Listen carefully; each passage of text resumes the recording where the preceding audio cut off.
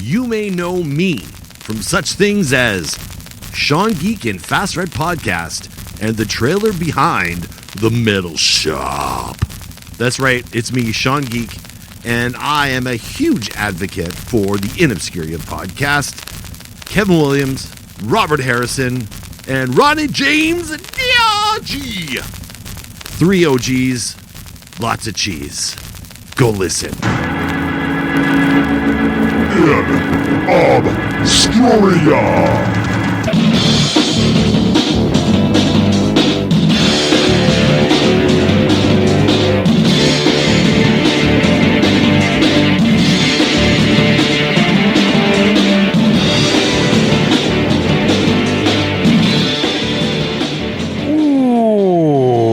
Welcome back, my friends, to the In Obscuria podcast, a podcast where we exhume obscure rock and punk and metal, and we put them in one of 3 categories: the lost, the forgotten, or the should have beens. I'm Kevin Williams. That's Robert Harrison. Hello. And on the ground, Ronnie James DOG. I was just sitting there and you were all quiet. What are you doing? Ronnie James DOG. The aforementioned Ronnie check. James. Check. Not checking. He was checking earlier. He did my check earlier. He's usually pretty spot on with him. If you say check on the mic, he barks. But now he's just now he won't. I've already done that shtick. He doesn't like repeating himself. Hello. We should record that. We did. Next time. Okay, we'll record the intro before the intro. The mic check. By the way, whoever's in charge of that intro needs to get a new needle for their record. There's a lot of static on that record. It's a really shitty sounding record. It's a $2 used record, I believe. Okay. Play School. I actually recorded that from an album that I had in Play School. It was a Batman record. Oh my God. I don't think I've ever said that, but the intro music before my music kicks in, that little intro with the organ part, that is actually from a 1978 Batman record that I have, and that's where also the scratchy record comes from, because back then you didn't take You need to bring that over. Let me listen to it. I know I had stuff I'm sure it's been thrown away, but I know I had stuff like that. I think it came with a book. I haven't had the book in years, but it had 4 stories or something like that, 2 stories on each side of the record. I don't know why I thought of this. My cousin Frank and I, we've mentioned him several times. He lives up in Chattanooga, and he and I were roommates in college, and we found out we both basically had memorized The Little Engine That Could. How now, brown cow? Won't you please, run? And we started laughing. Then we found a copy of it. I don't know how we found it. We lived at a flea market or something. But yeah, we both had memorized that, and that's what I think of now when I think of record players. Is that like you're reading along in the book and it has the bing, turn the page. Exactly. This one didn't have that, so maybe it didn't have a book. But I know it had just a story or 2 on each side. Yeah. And I used to love it as a kid. That's and probably of course, worth like $100 now. Nah, it's not Batman worth collectibles. Shit. Did you hear how it sounds? Plus, I drew on it. Back then. The old school Batman, they're all like us and getting old, and they don't have any money to spend on stuff like that anymore. Well, and I drew all over it. So, the cover looks like shit. Of course. But anyway, speaking of Frank, I saw that he actually posted a little note. You posted some pictures of this area down in our recording studio, and you made a picture of the poster over there. So on the he wall. filled in the blank. He knows where you got it. Yeah, so I knew it was over 30 years old, and I had a suspicion I bought it sometime in college.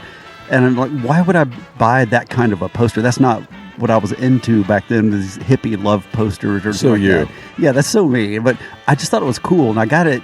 And lo and behold, my cousin Frank reminded me that we went to a flea market, and it was the same day we bought a vintage Pong video game, P-O-N-G, Pong. Oh, yeah. And we saw that. And this was, Nintendos were out, and, this was in the 90s. It's probably cheap. Oh, yeah, it was $5. And now, we probably bought not Pong, so cheap. and we played it until we had to stop. We're like, our eyes were just going back and forth. I can't believe the paddle still worked. Yeah, everything worked. We had a blast with it for a couple of days until we just overdid it. Like, we couldn't see straight. And I think it just sat around. Yeah, now it's probably worth a couple $100. Yeah, an original Pong game in the box, I'm pretty sure. So yeah, he's got a better memory than me, and he remembered where that love poster that I posted the picture of that went to my house for 20 years. It's got a whole story now. Yeah, I forgot where I got it from. and then I gave it to you, and then forgot that I gave it to you, and then I forgot that you gave it to me as you well. thought somebody gave it to you, and you gave it to me, and I believed the story, and so it's got quite a history to that one poster and my amnesia. Well, hey, I see something in front of me. Can I hit a button? Yeah, please do. All right. I'm hungry.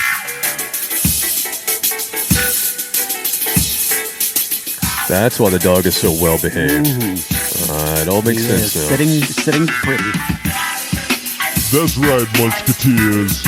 It's time to get your grub on with the chef. Wait, give it to no kidding. Style. Roberts, my titties hurt. Got no reason. Right now, Roberts. Got no reason. Why the devil? Oh.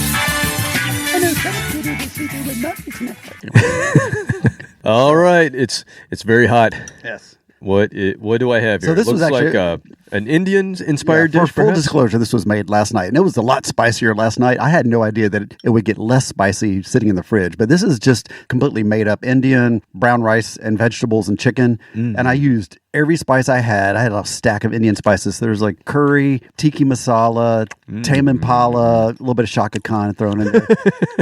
I don't know. I was just throwing stuff in there. So I'm not sure those are real spices. It said it on the label. Okay. I didn't have my glasses, so I don't know. All right. But yeah, it's just Indian spice with lots of vegetables. Very good. Lots of vegetables. Yeah, like I said, it was twice as spicy last night when I first made it. Yeah, it's not overly... I mean, it's got a no. good flavor, but it's not overly spicy. Yeah, so I got to remember that. I got to double the spices next time. I'm going to peel my eyeballs off next time. I'm going to hit you afterwards a little bit. That's what Indian spice is. Kind of a delayed, sneaks up on you. Yum. So it's very healthy. Very healthy. Very good. We're going to have a little chewing chat here today. Because we're a couple of guys that can just do this in the middle of the day, Whenever the hell we want. not have to answer to the man, That's how we roll. not sitting in some cubicle somewhere. That's right. F off. Those days are over. Yep. Until they're not. Until I need some money. Bills come in about the 5th. I just ate my... You had your cord there. headphone I saw wire. that. Tasty. That was good. All right. Oh, so I also posted that I have apples on You my had- apple tree. I thought it was a peach tree. Well, that was in the past. I'm Joe Farmer now. I mean, Oh. I'm looking to submit for an agricultural tax You exemption. go, Johnny Appleseed. Yeah, I had the bumper crop of blackberries in the backyard. Then I had unexpected peaches on an unknown peach tree. And then, lo and behold, my apple tree, after 4 years, started making apples. That's what they say Yeah, about those fruit it takes trees. Takes about 4 years. About 4 years, and I'll be damned. That made some apples. Huge, So giant. that means next year I'm going to have lemons and limes because I've... Oh, that's I've right. got a You lemon lime started tree this farm that's- thing. That's what you do when you get old. You start planting things and growing stuff. Yeah, we'll see how that works out. Legal stuff. Well, depends on where you live. Yeah, true. That is true. So yeah, I'm next year apple moonshine. Apple moonshine. Okay. Ferment that shit. That sounds good. Yeah. Maybe. I don't Maybe. know. Well, I don't know. We'll see. I've been talking about that for a while. No kidding. He's looking at me like, Yeah, come you on, gotta man. talk. You always share. You're just drooling on the shag carpet. Yeah, not happening right now. This is lunchtime, buddy. This is not a snack. So you get Damn good. We're just dancing around the. We are dancing around Yeah. what's happened. Yeah. This Lots- will be a couple of weeks after the fact, but still, will be, we haven't yeah. talked about it. So we've glossed over the big news. Yeah, yeah. Of the day. So when we last left you, Yes. the last episode, if you remember the cliffhanger was, Da-na-na-na-na-na. Kevin is going to Toronto Yes. to see With an R. with an R, yes. No other letter would work. No. And it was quite good. Yeah? It was really, really good.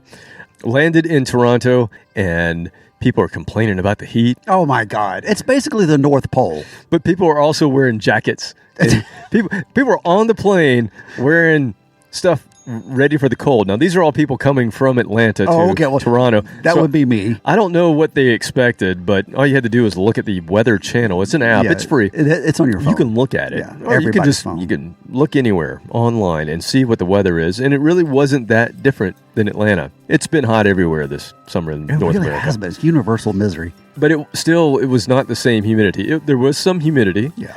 but I couldn't feel it like you can here. Like, Well, you can just here, you can just reach out and grab it. You can see it. Yeah. It's right there. Yeah. Yeah. You wave your hand around and there's humidity on your hand. So I got in the Uber to take the trip to the hotel so I could just drop my stuff off because I got there in the morning. I knew I was going to get there before I was meeting David Glenn, who's coming all the way from Amsterdam, and knew I was going to have to walk around and do some stuff. So I looked up things to do, and as I'm getting in the Uber, the guy's like, "Do you want me to put the windows up?" I'm like, "No. Leave these windows down. This is awesome to me." Mm-hmm. But it was just interesting, the interpretation of what hot is there versus here. That's relevant, absolutely. I was like, this is November in Atlanta. This is pretty nice to me. Yeah, here in Atlanta, we've got 3 more months of summer before fall gets here. So you got to go appreciate that while you can. But it was nice weather the whole time. That was great because I got to just walk around Toronto while I waited for David and, basically just went to a pub as one does. You're a tourist. Yeah. No schedule, nothing pressing to do. Had some lunch. No kids to pick up at. Some beers. Banjo practice, whatever your kids do now. Banjo is it. Yeah. It's what every kid wants to do these days. Of course. They're really very into the popular, banjo. Yeah, so, everything was good, and David got there, and we checked into the hotel, and they had these different package deals. That's how we got the hotel we got, and it came with our ticket, and in our package deal, we had to pick up a special Rush swag at 4 o'clock. Of course, because everybody has to have a lanyard. Well, to show that you're cool. That's what I expected. That's what I thought we were getting. Mm-hmm. A lanyard, maybe a T-shirt. That makes sense, right? Wear that brand new T-shirt with the creases in it. Yeah, some kind of wearable or something. And what they gave us was this really cool satchel, kind of a bag. A merce? Like a satchel. No, it was bigger than that. So it's kind of like a duffel bag, but in between a duffel bag and a, I don't know, I call it a satchel. Something you have to carry. Something you have to carry. And it had Rush patches all over it with the logos. Very cool. Very cool looking. And then inside, they said, there's the hangover kit for you inside. I'm like, oh, that's amazing.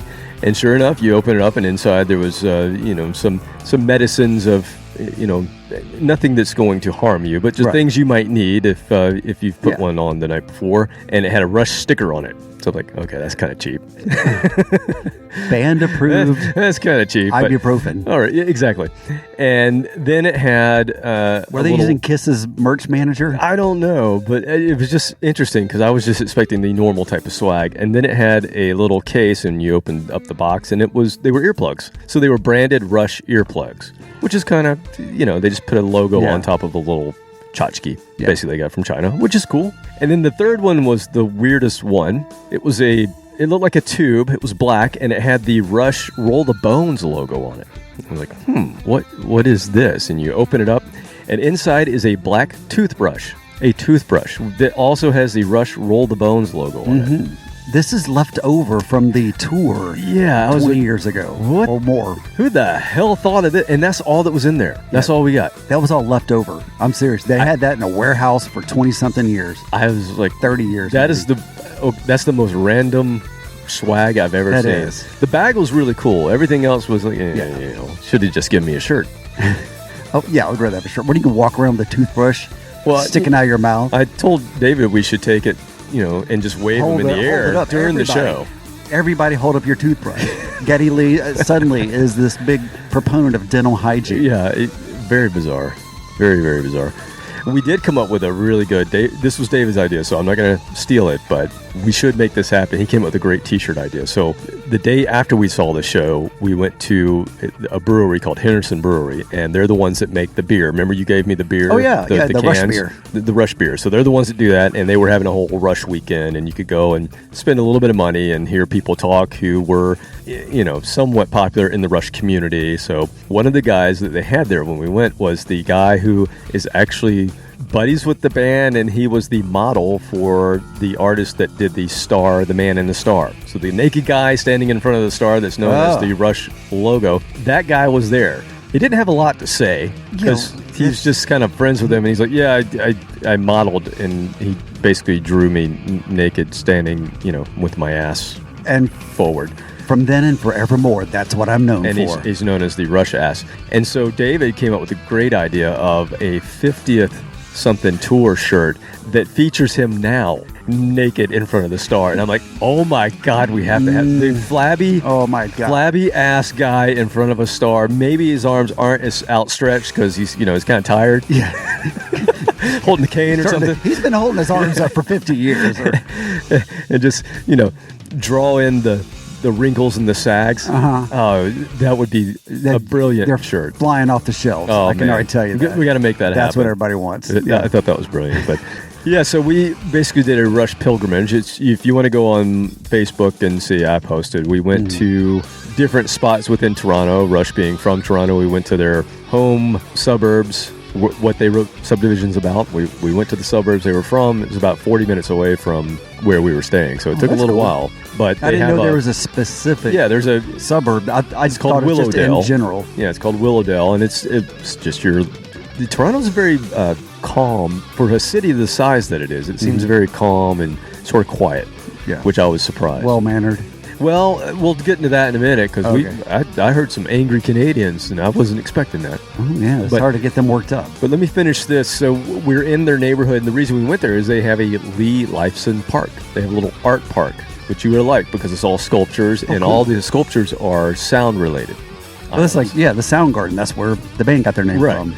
So, it was small, but it was cool. It looked like it had been a little bit neglected, which I was surprised because I was assuming that a lot of people would probably try to go there and check it out. But they had a mural. We took a picture, I think you saw maybe on Facebook, a mural behind one of the buildings there. And we took some pictures and did that. And we went to Massey Hall, which is where they recorded All the World's a Stage. It's still there, although I think it's just a facade. I think they rebuilt the entire thing behind it, but they kept the front. And they do that a lot in Toronto. It looked like they were preserving the fronts of old buildings and then rebuilding everything else, knocking everything else down. So the facade is a charade.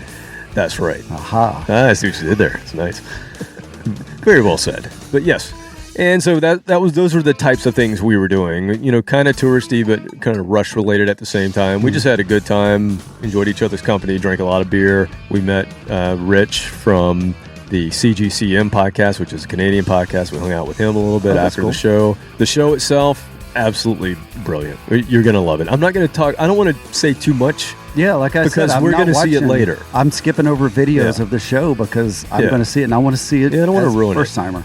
And if you're listening and you're going to go to a show, I don't want to ruin it for you. I will say that they have some teases. They have a running 4 to 5 different sets that they perform, and it seems like they are doing them in order. So I went and looked at what they had done the previous 4 nights in Madison Square Garden, which was the week before our show, and it looked like they were playing the same sequence. So we got the set. We were night 1, so we got set 1. And my understanding is all of the sets have similar songs. It's just a few ones that they switch in and out, and the order that they're doing them is different. Right. Although they think they have the same beginning song, same opening song, and the same closing song in every set. Is there an intermission, or there is a 25-minute intermission, and it's like to the T. They put a ticker up, and it's on stage. I can't imagine the line for the dude's bathroom at intermission.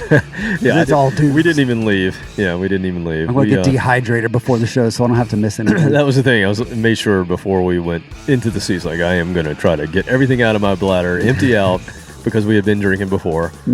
And I did not buy a beer at the event itself. I just wanted to be hands-free, just wanted to enjoy it. And it was really good. I'll say this about Annika. It was her first night with the band in their hometown, and I felt the jitters from her.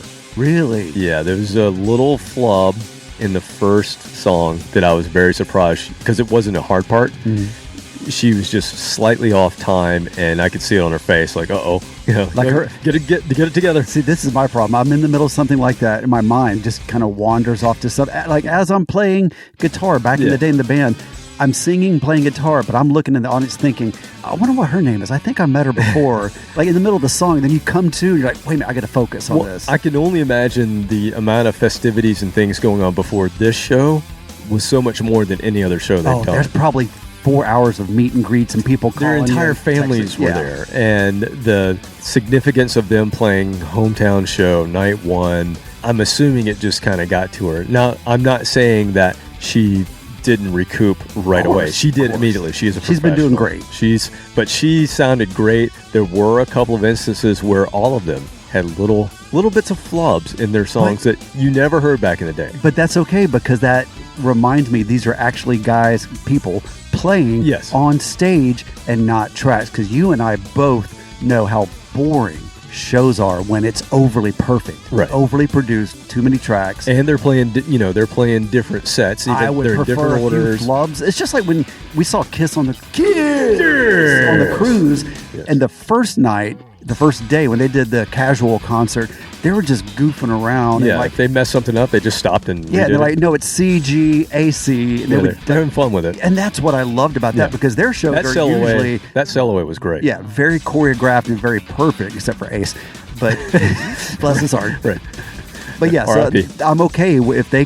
First of all, when they come to Atlanta, they're not going to give a shit because it's just Atlanta. And they're going to have fun. They'll probably be perfect. Right. I think it was a combination of all those things. Plus, they're still relatively a new band with the three of them. Yeah. Or the four of them. Actually, there's a keyboard player as well. And I actually found him a little bit distracting. There were songs that didn't need keyboard that had keyboards. And Oh, I'm no. like, Was it the dude from Styx? What's his name? It was not the new guy. It was not Gowan. No, it was not yeah. Larry. Wasn't Dennis DeYoung? Although I almost bought you, we went to a record store the last day, and I found a Gowan album. I'm like, oh, I should buy this I should buy Robert God. and Larry album. It's just so cheesy. I mean, he really did fill Dennis's shoes. Oh, yeah. In the cheese department, Yeah. not just the keyboard department. We need another guy with extra cheese. Extra Velveeta. I got the guy for you. No, it was not him, but there was just. I'll tune him out. Yeah, tune him out. I mean, he's not that loud to begin with, but and Getty still plays keys when it's a prominent part. Getty does not give over control of the keys. He still That's has cool. the bass on and plays keys in certain parts, so it was kind of cool.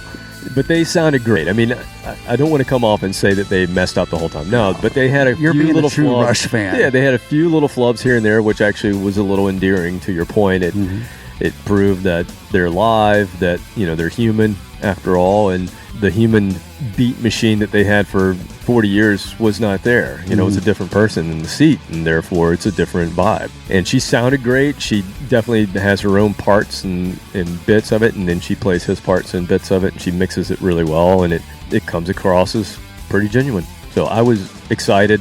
The crowd, it's a hometown crowd, is the biggest arena I've ever been in. I mean, the nosebleeds were the highest nosebleeds I've ever seen in any arena before. And that's normally just for hockey, right? They don't do anything else. Maybe this one concert. I think they do concerts and hockey, and That's it. Nothing else. they might have basketball there. I'm not sure.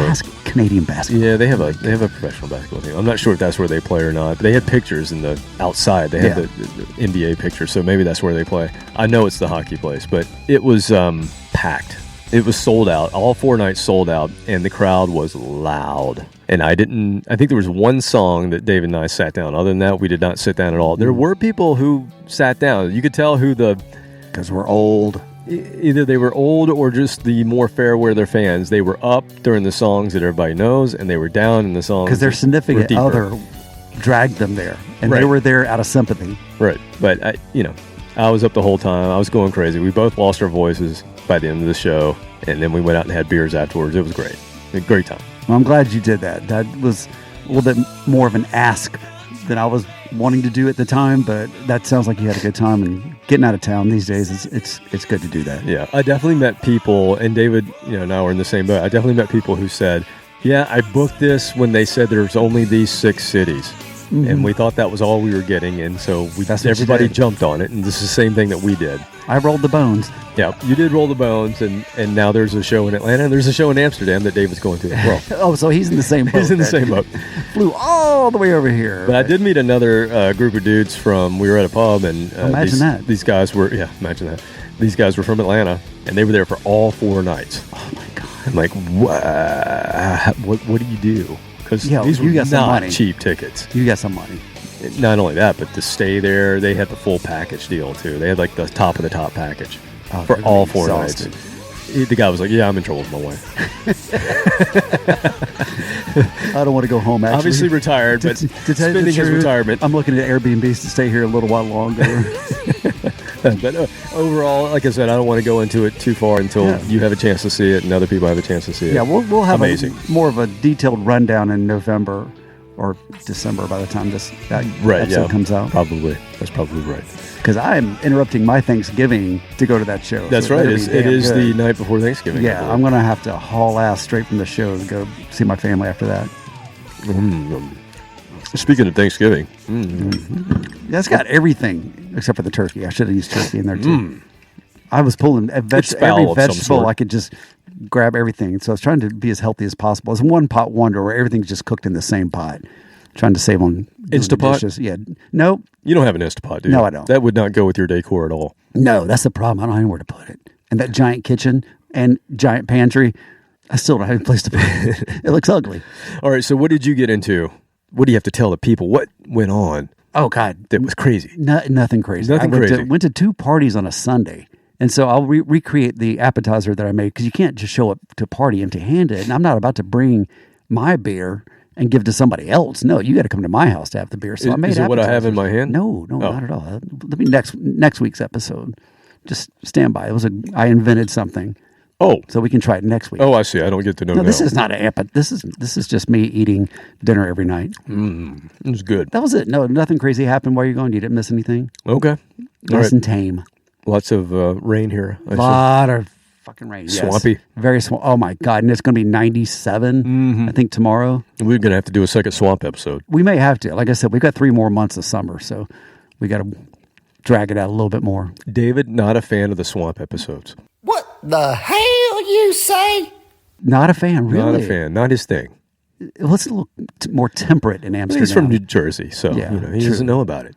He doesn't. In Amsterdam, they do have canals, but That's why they don't have swamps. They've drained the swamps with the canals. I always love to ask the listeners, when I get a chance to get a little deeper with them, like, okay, you listen to the show. Yeah. I know there's got to be certain segments we do that you just be don't honest. like. Be honest. And Straight he's up. like, yeah, I don't really care for the swamp stuff.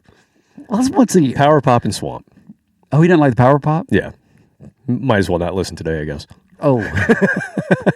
Well, there you go, David. Good talking to you. Showing our cards a little early, but Yeah. the listeners already know. Okay. They see it. It's written. Well, we try to please everyone, but we're not going to. Yeah. I'm eclectic. He's like, you're weird. You do what you want. I'm like, yeah, that's Yeah. it. Basically, we're weird. Yeah, we're not going to be mainstream. Yep. If you don't want to listen to today's podcast, you can just switch it off and go listen to Pot of Thunder, Cobras and Fire, Growing Up Rock, Slamfest Podcast, Decibel Geek, A to Z Radio, Metal Up Your Podcast, The Hustle, Disciples of the Watch, Podcast Rock City, State of America, Rock Strikes 10, Potter Than Hell, Shout It Out Loudcast, The Kiss Room, Ages of Rock, and Doom! Forget about Monty. Hey, this is Monty Colvin from Galactic Cowboys and Monty's Rockcast, and you are listening to the amazing In Obscuria podcast. Rock on!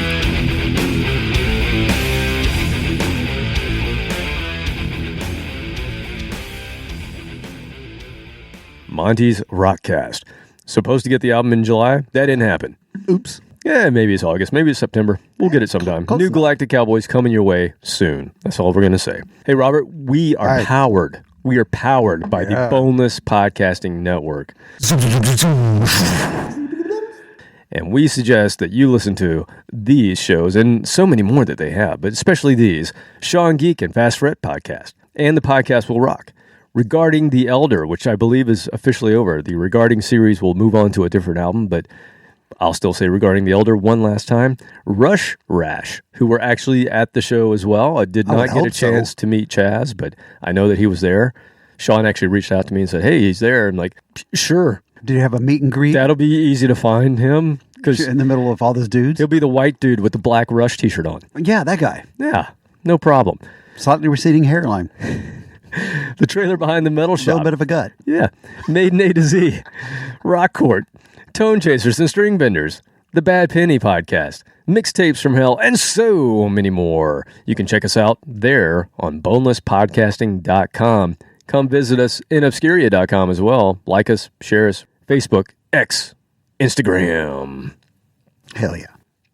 So, given everything that I've just told you, it's been a Canadian summer for us.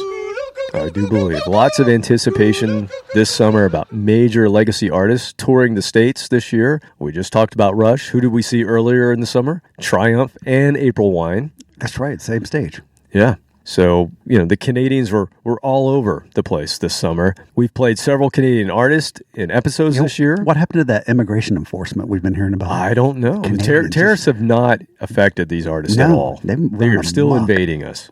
We even had an exclusive episode honoring one of our favorite Canadians, Mr. Todd Kearns, just a few weeks ago. That was a good one. And then, of course, last week's visit to our neighbors in the Great White North, it just got me thinking about all of the great Canadian bands up there that never get the same exposure in the U.S. that they get in their home country. And we just have a border there. It's just right there. It's just right there. Like there's no reason. 2,000 miles away. It's not. It's a couple of day trip. And Mighty K is right there. Literally, she can just step over. She can throw rocks at Canadians from her front porch. We share a continent with these people and mostly speak the same language. Merde, va te faire foutre. I'm sorry about that, guys. Eh? Yeah, somewhat. Yet so many of the bands that they have that are considered popular in mainstream acts in Canada are barely known to U.S. listeners. Very bizarre. Because of their protectionist political doctrine. Is that what it is? Yes. You think this is political? You think there's some communist? Yeah, about their music. Ah, I see. So we spoke about this with Sean McGinnity, a Canadian we invited into our home. We talked about this with him on our Canada show last summer. That was episode 288 if you want to go back and listen to that. And there's one band that we have mentioned several times over the course of the years that we've been doing this show as one that I keep saying, eventually we're going to go a little deeper on this band. And we've never done it.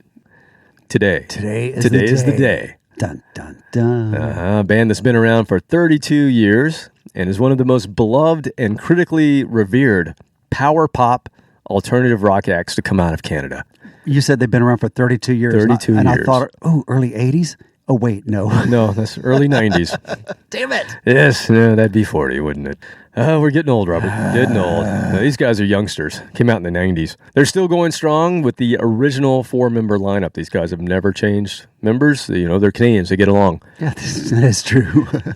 They all contribute to songwriting. They all sing, and they all each play multiple instruments on stage. So they do a lot of switching on stage. I've seen them live several times. Let's get into it. Episode 348, Grave Mistake, SLOAN, Shoulda Been Huge, Part 1. We have to do this in 2 parts because they do have quite a bit of content. You're slightly familiar with SLOAN. Slightly familiar, yes. They're here on the banner. We have played them before. And I had every intention to do a deep dive before you got back and failed at that. And now you don't have to worry about it. Okay, good. Yeah, we'll do the deep dive here today for you. Now, let's see what the Ministry of Diabolical has to say about this.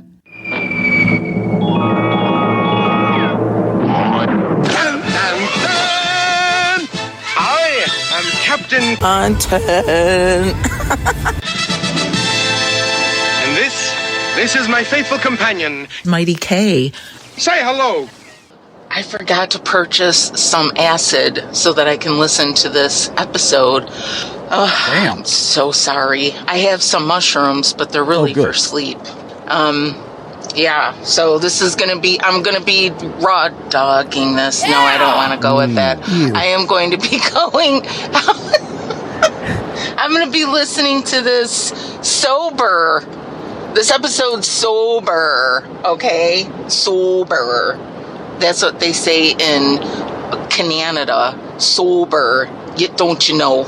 You just heard Sean Geek's beautiful, eloquent bumper, and 3 OGs with plenty of cheese is fucking brilliant. Oh my god, I freaking loved it. That guy, I tell you what, he's a whiz on the mic. I hope he doesn't whiz on the mic though, but he's a whiz on the mic. Come on, dude, make the damn turn. You don't even know. I am so over this bullshit. Fucking hate them. Don't drive angry. Anyway, sorry. My mind. Am I high right now? I didn't think I took any acid, but now I'm wondering if I did. Are you at work? Yes, then you're high. I can't. Did Kevin see this? I can't see it. It's a message. Yep, you fucked it up, Robert. What? Just stay golden, pony boys, okay? Oh, my God. What the hell kind of acid was she on? I want some. Brown, I'm taking it? The brown acid. Wow. Well, she did mention Sean and said something about Canada, so I guess she's on board. I don't know. She's too busy taking acid and hitting people. Getting all mad at people on the road. Oh, well. I can't imagine how hard it is to wash all that guts and stuff off the front of your car every day. So I don't know if you know this, but we were messing with her. She was sending messages on Friday, which is when David and I were pre-gaming for the show. And she would send messages, as she usually does, on our messenger. And I showed David, and he's like, I'm going to send her a note. And that's when he said, hey, Kevin and I are trying to have fun, so can you stop sending us messages? And she started sending you messages directly. She took that to heart. She really did. And we were just fucking with her. Yeah, she's like, oh my God, I didn't want to bother them. They sound like they're having a good time. And then you started sending me messages, and so I showed it to David, and he's like, can you also stop sending messages to Robert because we're still trying to have fun? And he's sending them to Kevin. There's a circle jerk of messages going on between the five of us. I so wanted her to start sending messages to David. Yeah. But she just typed one, and because I was going to come back and say, hey, now you're sending messages to David. Can you stop? Because we're trying to... Bless her heart. Sorry, Mighty K. We were fucking with you. Yeah. It was fun. Okay. I saved the good ones. Yes, you did. Okay, so let's get into a brief overview of SLOAN. They are the quintessential Canadian power pop act. They blend... Oh, I thought this was about Ferris's girlfriend. No, and I'll tell you where the name comes from. That was her name, wasn't it? Yes. Yes. Yeah, she was cute. Yeah, she was. No, that is not where the name comes from. God, that sounds creepy now. She's older than me. Well, it can't be creepy. She's older than you. I know, but when I said it, thinking about how old she was at the time, and I'm like, oh God, I have to watch what I say. Yeah, but think about how old you were at the time. Okay, let's just keep that frame. Okay. She was hot. That hot tub scene. Hell yeah. I thought it was a hot tub. I thought it was a pool scene. Well, it was kind of next to the pool, I think. Okay. Yeah, but when you're 14 years old, that was nice. Okay, well, back to this SLOAN. Not that SLOAN, back to this SLOAN. No, you can't make me. This SLOAN blends 70s hard rock riffs, Beatles-esque vocal harmonies, and 90s indie rock grit. And that's basically the makeup of their music. But while bands like the Tragically Hip and Rush achieved stadium-level dominance in Canada, even though this band was very big, they were kind of the ultimate cool kid, alt-rock, kind of below that. They never played the stadiums, and even in their home country. They were kind of still doing the halls and they never got to that theaters. Level of mainstream appeal, even though they've won Juno awards and they got nominated and they're very revered. They were always kind of the cool underground scene that's not so underground. Does that make sense? Were they as underground there as Tragically Hip? No, because Tragically Hip got huge. They did stadiums? Yeah, they did stadiums. Okay, they got huge. They got big. They started off that way. They were more that way here. Tragically Hip was more underground here. Very underground here. Yeah. In fact, I only know of the very early 90s is when they were even I only know about them from their appearance on Saturday Night Live. Right. That's it. I would not know who they are in this podcast. Right. But they, yes, in their home country, though, they were playing huge stadiums. SLOAN was very much just kind of that mid-tier venue performing band. They still are. Yeah. I mean, they sell out. They do well in Canada, but it's the same story. The Hip and SLOAN in the States is basically the same story. They had a little bit of awareness in the early 90s, and then it just never went anywhere in the States. Originally, the band was from Halifax, Nova Scotia. They formed in 1991 while the members were attending the Nova Scotia College of Art and Design. So they were stoner kids. Of course. Yeah. They later relocated to Toronto, which is where they are now, and the lineup has stayed the same. So you have Chris Murphy, and they all sing. They all sing lead vocals, and they all do harmonies. So I'm not going to say who the singer is because they all do it. But Chris Murphy is predominantly the bass player. Now, he hops on the drums from time to time. He plays keys from time to time. They do this live, just like we used to do in Big Jack Pneumatic. In fact, that was where I got the idea that you could do that. Yeah, no, it was after I saw like, is that allowed? Yeah. Can you do that? Can we really do that? Yeah, sure. SLOAN does it. Let's do it. Jay Ferguson is primarily guitar, although he switches to bass when Chris goes to drums. And he also plays some keys. Patrick Pentland, really is mainly a guitar player. He doesn't switch as often as the other guys. Sometimes he plays keys, but mainly he's a guitarist. And then Andrew Scott, primarily the drummer, also plays guitar when he sings a lead song. So if he writes it and sings it, he gets up from behind the kit and plays guitar on it. And they've kept the exact same lineup for 30 years, not a single member change. They did have periods That's insane. It is insane, Four actually. people getting along that well. Yeah, and they did have some periods where we'll talk about where they seemed like they were done and then they would come back. All four members act as primary songwriters as well. There's not a predominant songwriter in the band. They all write their songs. Sometimes they write together, but predominantly they're writing on their own. And when they write on their own, they're featured as the lead singer for the most part. So it's unique. Although I believe there was a band called the Beatles that sort of did that as well. And then if there was a band from New York that did that too, it took them a while, but they kind of got the their Eagles did that. Yeah, Eagles. No, I'm talking about Kiss. So your second Kiss connection with. But that can also breed a lot of tension within the band once you get successful, because then everybody's like, "Oh my God, I got to get my song on the album. No, I got to get mine." Fleetwood Mac, they all competed. When they said, "Oh, Ace had a hit, he has to have 3 songs in the next album," and he's only ever had 1 or 2. Yeah. Well, that happened. Yeah, that happens a lot, and usually it means somebody's going to leave. Mm-hmm. Not with this band. In fact, there's an album that we won't cover this episode, but the next episode, when we get later into their career, there's a double album that they put out where each band member got a side of the record, which it's just their stuff. It's pretty cool.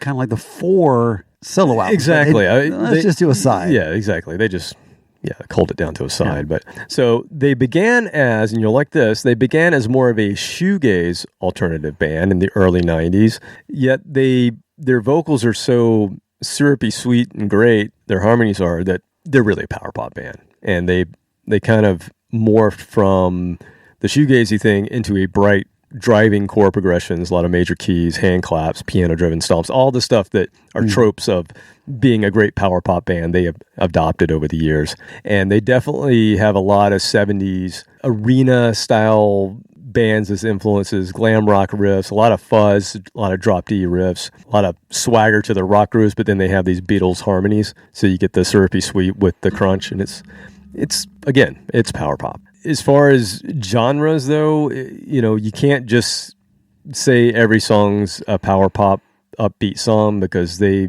have 4 writers, and so they span anywhere from catchy radio pop to sludgy hard rock, sometimes acoustic ballads. They have alt rock, arty.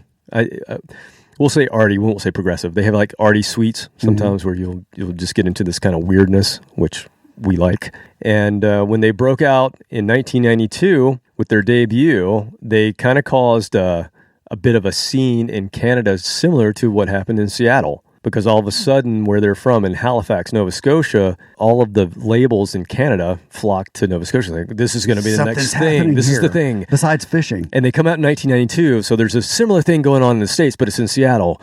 But here in Canada, we think it's going to be in Halifax. And so they sort of caused this same reaction that Nirvana had caused in Seattle. So it was, you expected them to be a little bit bigger. And we'll talk about what happened. But just like Rush with Moon Records and later Anthem Records, SLOAN created their own label, because at first they couldn't get recognized by anybody. And so they created their own label called Murder Records, which they still have to this day. And they put out their content in Canada still on Murder Records. And then they use different distributors in other parts of the world. And eventually they do get signed to a major. We'll talk about that in a few minutes. They've released 14 full-length albums. They received 10 Juno Awards, which is like our Grammys in Canada. They've won one of those.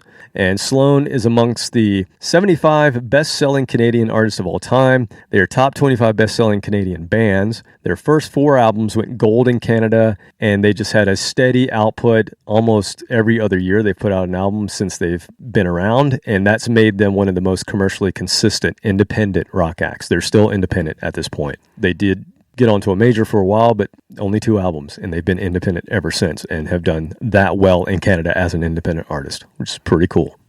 All right, you want to get into it? Let's do it. I want to hear it. So technically, we should be starting with their first EP that came out in 1992 that they released on Murder Records, which we just talked about. That EP is called the Peppermint EP. However, I want to start with the first song that I ever heard of theirs so that I can get my story in here. So I heard of this band in January of 1993, and the reason I know that is I was interning that semester at a company in Charlotte, and where I grew up is only about 25 to 30 minutes from downtown Charlotte. So I moved back home. This is my sophomore year, second semester sophomore year. I moved back home to live with my parents because I can drive to this internship, this job that I have. Yeah, a 20-minute commute in Atlanta is seen as desirable. You're like, exactly. Oh my God, you're only 20 minutes away from work. How lucky you are. Right, exactly. And at the time, I thought it was long. And, I'm going to pack a lunch, put a couple of cassettes or CDs in the car. Yeah, I think there were cassettes and CDs at that point. Yeah. And this would end up being a cassette. So I remember that it was January because I just started working there, and in my hometown, I had nothing really. All my friends had gone off to school. I didn't really have anything to do. There were some friends of mine that were still in high school that were seniors that year because I'm only a sophomore, so I'm only 2 years out of school. And I was hanging out with them, but they're going to school during the day, so I don't really have anything to do. And there's already a disconnect between you and them because you've had 2 years of being out college. Yeah, you're not the same person as they are. No, not at all. But I was able to form a band. So I was still able to have a band because I had to leave my band at college. But I was still able to form a new band called Chime with these guys from high school. And so whenever I would get home, because I was working, it was a printer job, and I was working first shift. And first shift started at 6 a.m. So I was back home by like the time they got out of school every day. So that left me with a lot of time to either hang out with them, or the only other thing I had to do in our little town was I would go to our little record store that was still there called Square Records. I've talked about that in the past. And so I remember going into Square Records early in January, and I was picking up a lot of tapes because that's what I would listen to on my way to and from work. And I remember that the owner, the stoner owner, his name was Chris of Square Records, he tried to get me to work for them as well. Oh, he tried to poach you from he's like, you sure you don't want to just come work here? Because you're in here every other day. And you like all the same shit that I like, and nobody else does your age, because they're all... He saw something in you, Kevin. Yes. He saw a glimmer. He saw a former, a 70s person in a 90s person body. That's what he saw. Because we would talk about Emerson, Lake and Palmer and things that he liked. You had an old soul. Exactly. Musically speaking. Exactly. But he would put out new releases at the front. A lot of record stores did that back in the day, so you know what was new. And one of the things that he had out was the CD long box. You remember the long boxes? Yeah. It was theft preventative. Yeah, so he would have those lined up of things that he was putting out that he was trying to promote. And he had this long box, and it was, I remember it was pink and tangerine, the cover. It was kind of out of focus, had some logo on it that said SLOAN, and I had no idea what it was. And I looked on the back, and the dudes looked very much like the dudes in my band at the time. T-shirt, Chuck Taylors, nothing, no pomp and circumstance of that time, which was still going on, even though, Nirvana had hit by that point. But still, it took a couple of years for it took a little while to kind of die off. But they didn't look grunge because they had shorter hair. The grunge guys back then were still looking like metal dudes for the most part, but they weren't wearing the flannels and all that shit. They just kind of looked like normal dudes. Their hair was long. It just wasn't permed to the nth degree. Yeah, exactly. And these guys just look scruffy. They look like my buddies that I was in a band with then, currently. And I was like, And so I bought the tape based on the visual alone. Chris couldn't tell me anything about it. He's like, I don't know. It just came in. I put it up. It's on DGC. It's on Geffen. And he knew, hey, Geffen has Nirvana, so therefore this is probably going to sell. I think I'm the only one that bought one. Nobody had ever heard of this band. They weren't playing this band on Lancaster, anything. South Carolina. You were the one sale. But I put it in my car, and this is what I heard. I was automatically hooked with the first song. That's with them. I'm going to play for you now. The song is their first single. It's called Underwhelmed. It did pretty well in Canada, or very well in Canada, I should say. It got a little bit of play here, but not much. From the album Smeared that came out in 1992, their debut album on David Geffen Records, DGC, this is Underwhelmed.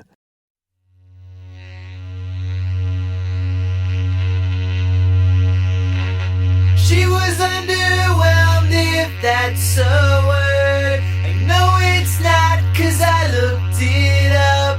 That's one of the skills that I learned in my school. I was overwhelmed, and I'm sure of that one, 'cause I learned it back in grade school when I was young. She said you was funny, I said you are funny. She said thank you, and I said never mind.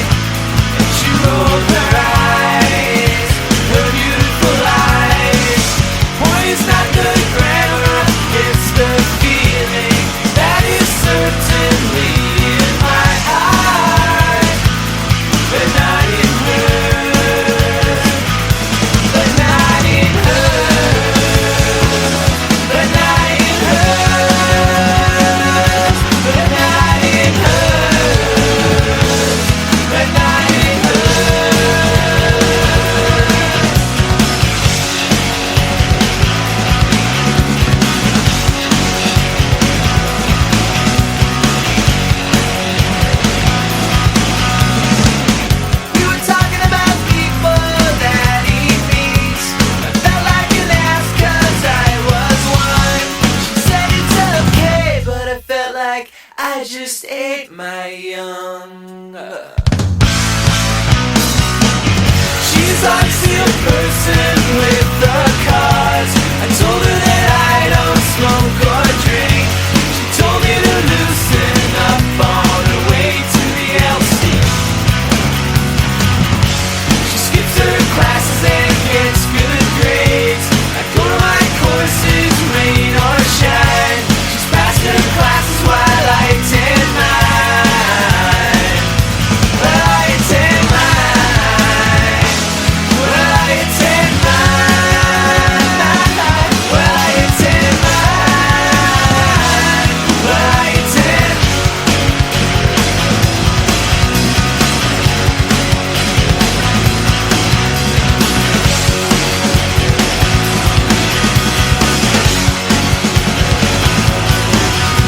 Wrote out a story about her life. I think it included something about me. I'm not sure of that, but I'm sure of one thing. Her spelling's atrocious. She told me to read between the lines. Tell her exactly what I got out of it. I told her affection had two F's, especially when you're dealing with me. I usually notice all the little things. One time I was proud of it. She says it's annoying. She cursed me up and down and rolled her eyes, her beautiful eyes. She says I'm caught up in triviality. All I really wanna know is what she thinks of me. I think my love for her makes me miss the point. I miss the point. I miss the point. I miss the point. I miss the point. I miss the point. I miss the point. I miss the point. They miss that.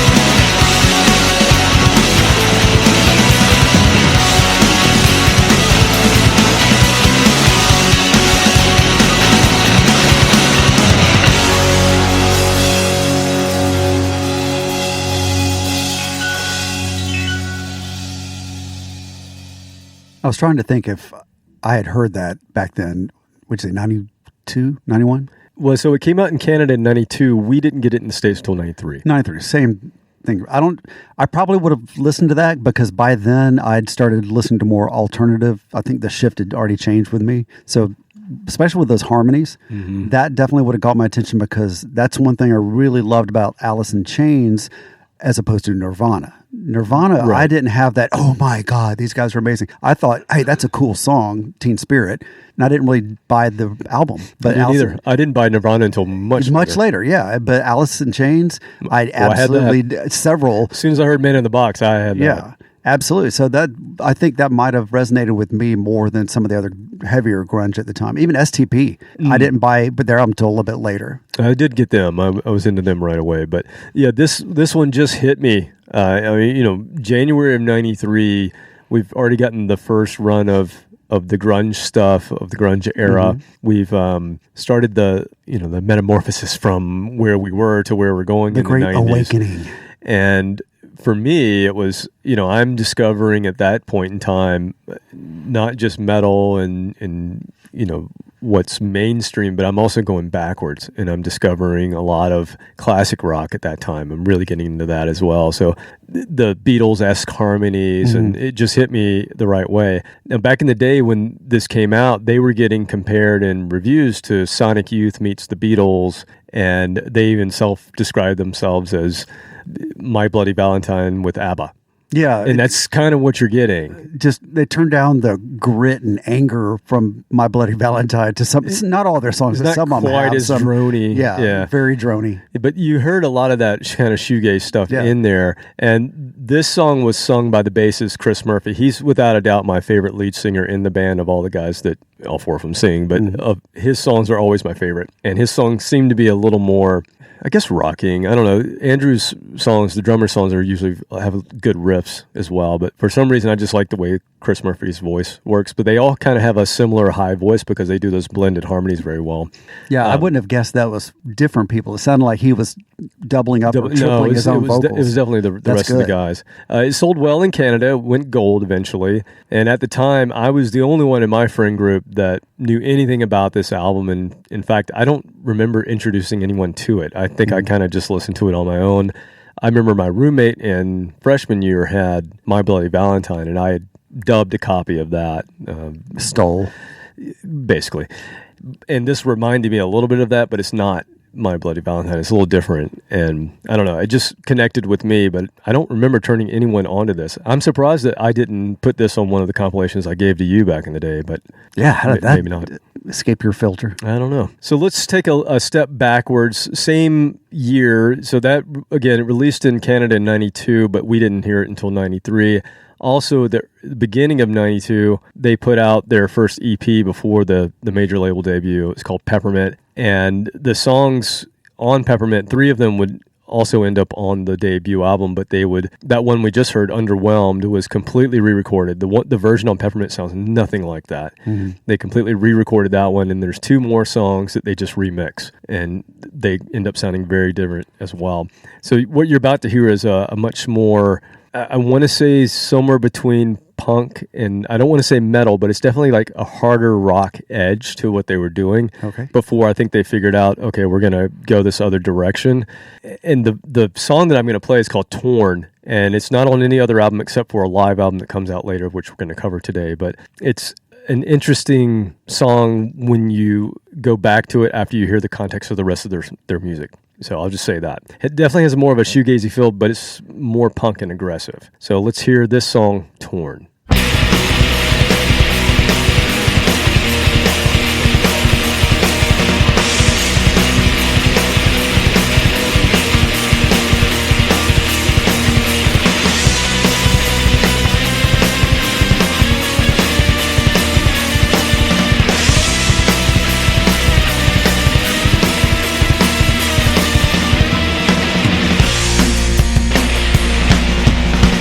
I've been feeling that I've been torn.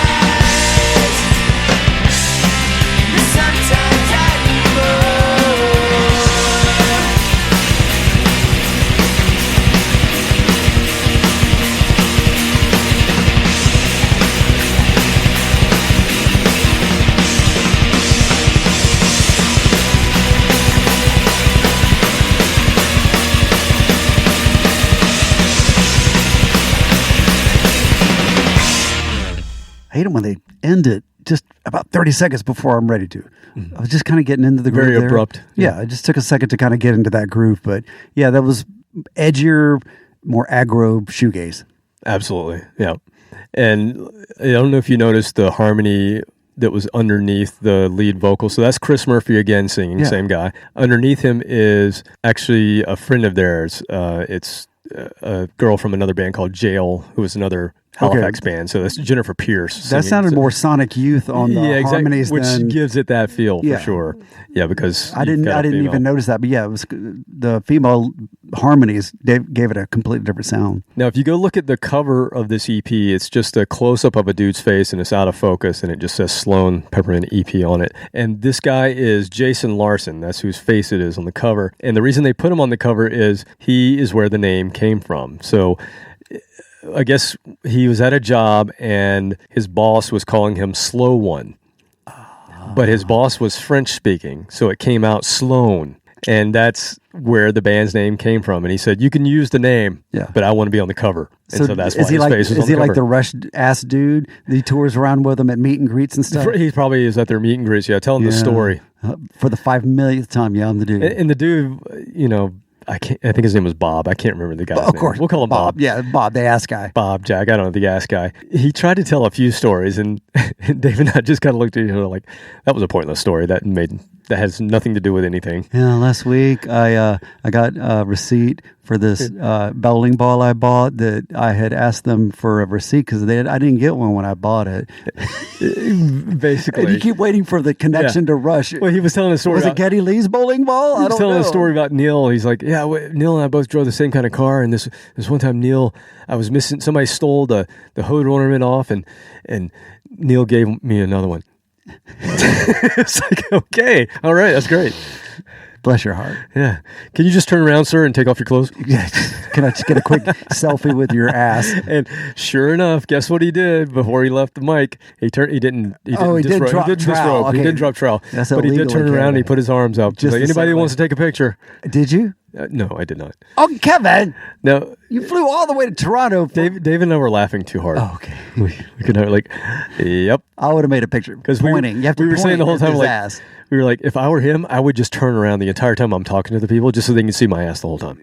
Because that's why they're here. Did he work out? Did he try? He wasn't a big man. But he didn't look like he was in shape. Okay. See, no, it's the saxophone dude, the shirtless saxophone dude from the 80s. That guy, yeah. Yeah, he comes out. He's older and he's not as ripped, but he still works out. From the Lost Boys. Yeah, from the Lost Boys. He tours. Have you seen this? Mm-hmm. He tours by himself to like recorded tracks. Still doing it. And the same shtick. And people go, now it's at little clubs puts his little arm ties around his arms and his biceps. Does, I don't know how many songs he does. Because, I mean, after 2 or 3 songs, the shtick is kind of. It's like Macho Man playing saxophone. Yeah, it really is. But like I say, he tries. You can't look the same as you did 40 years ago, but still, he put some effort in. The ass guy needs to get a trainer or something. I don't know, man. Step it up. I don't think he intended on being a model. No, I don't think so either. Yeah. And then Hugh Syme was there. That's the guy that actually did the drawing. Oh, okay. So he was there. He talked a little bit too, but he didn't know. He obviously doesn't speak in front of crowds because he didn't know where to put the mic when he talks, and so you couldn't hear a word he said. He didn't know where to put it? He was all over the place with that thing. It's like, dude, hold it like a... Put it in front of your mouth. Has nobody ever sat him? It's been 40 years. What? How many? It's 50-something. 50-something? Yeah. Dude, here. Okay, now when you're in front of people, just do this. Step in front of the mic. Yeah, just eat it. Just eat it. That's all you got to do. Anyway, back to SLOAN. So their follow-up to their full length on Geffen proved to be the contradiction between the American label and then also their Canadian fans. So this is kind of where they're on Geffen. They're on the same label that Nirvana's on. They come out at the same time with their first album. They don't quite have the same trajectory yet of what Nirvana had, and Geffen says, okay, give us another one. We need another one of your shoegazy albums. Alternative is hitting. Can he sound like this band from Seattle, though? Yeah, without saying that, I think that's what they were saying is, take your ABBA meets My Bloody Valentine and toughen it up a little bit. More anger. Give us another one. More heroin. Well, the band, they were bored with doing that style of music. They wanted to do something else. And they were listening. They're touring. They're in their van. They're touring across North America, and they're listening to a lot of Beatles, the White Album. They're listening to Fleetwood Mac, the Rumors. They're really getting into classic 70s rock that has those great vocals and harmonies. And so they're like, you know what? That's what we want to do. We don't want to do Nirvana alternative music. We're just going to record what we want to record. And Geffen heard it and said, yeah, we can't promote this. There's nothing we can do with this. There's nothing we can do with this. So they gave them very little promotion stateside and eventually dropped them because they didn't listen to the overlords and they did their own thing. But in a way, that's a little bit better than really trying and desperately trying to sound like somebody else and then failing. As every other band was. Yeah, just go, that's not us, and here's our destiny. Now, however, back home in Canada, everybody in Canada loved it. The album peaked at number 25 on the charts. It earned them another gold record. Over time, it's become one of the most revered Canadian albums of all time. Aww. But at the time, even though it did well, Geffen still was like, this is not what we wanted. But by 1996, there's a magazine in Canada called Chart, and their reader poll was out there to determine who's the best Canadian artist of all time or album of all time. Twice Removed is the album. It topped the poll in 96. And then subsequent years, other times, it has always come up in the top 3. And it still kind of sits there today as one of the Canadian Dark Side of the Moon.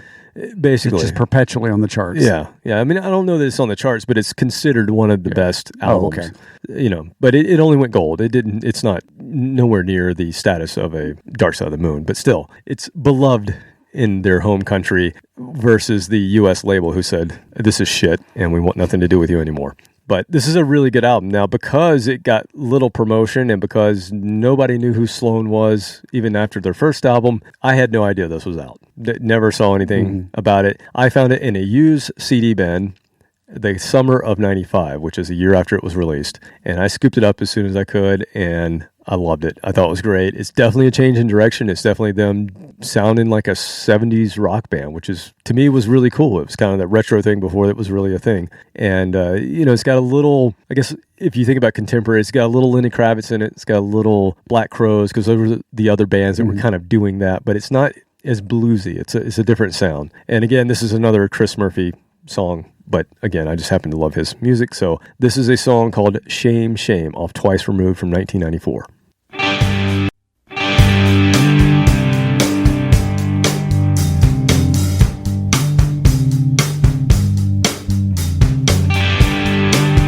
Shame, shame, because you couldn't say your girlfriend's name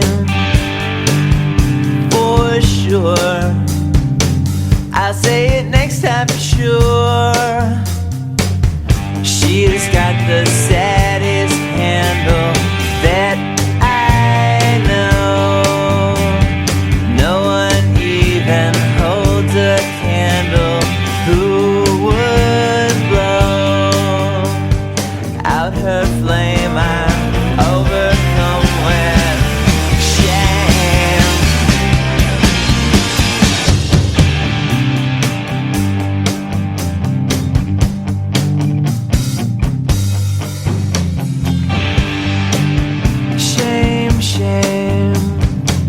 Because you didn't read all of Dame's Dames.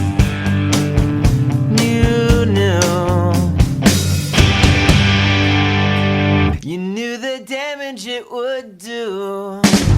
She is just the brightest candle that I know. I hope her owner has a handle on her though. But keep your head, I can't accept your head, no. I would love to,